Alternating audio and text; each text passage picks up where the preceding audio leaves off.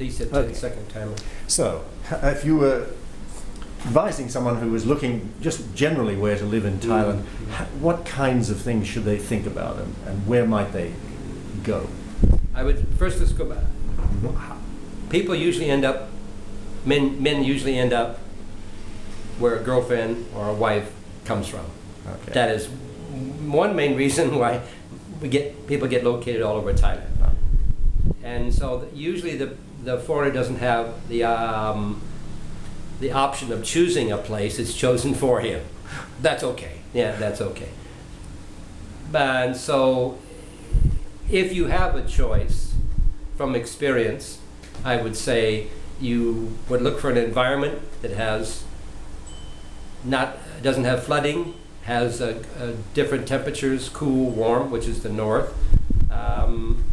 You look for people who haven't been exposed to foreigners so much, who are not trying to take advantage of you, just trying to fit into a community. Resources, transportation. Do you want to go by van? You don't want to take a 14-hour bus ride. Do you have an airport that's within a couple hours from you, so if you need to go back to your home country, or you need to go to a bigger city, or you need to go to another country, you want to travel. These things you should take into the context of where I want to live. Unfortunately, or fortunately, most foreigners come, single men go to places where they can find entertainment. Married couples will go to where it's safe, Hua Hin particularly. The Europeans, Denmark, Scandinavians love to go to that Hua Hin area. It's a nice area, good for Europeans, good community.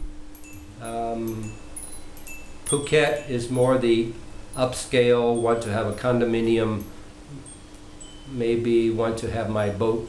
I can launch my boat from a pier, and I have fellow people of an economic scale that are similar to me. But for me, it's always been, is environment usually tempers the people. Isan is a very nice place, but it's so bloody hot all the time that the temperament of the people is a little bit different than the temperament of here. This is cooler, more mountainous, more conducive to sort of an easier way of life agriculturally. The Northeast doesn't have amount of rain. They have difficulties with weather, and they don't have a supply chain, which means there's not government infrastructure as much. So this has economically a better place up north.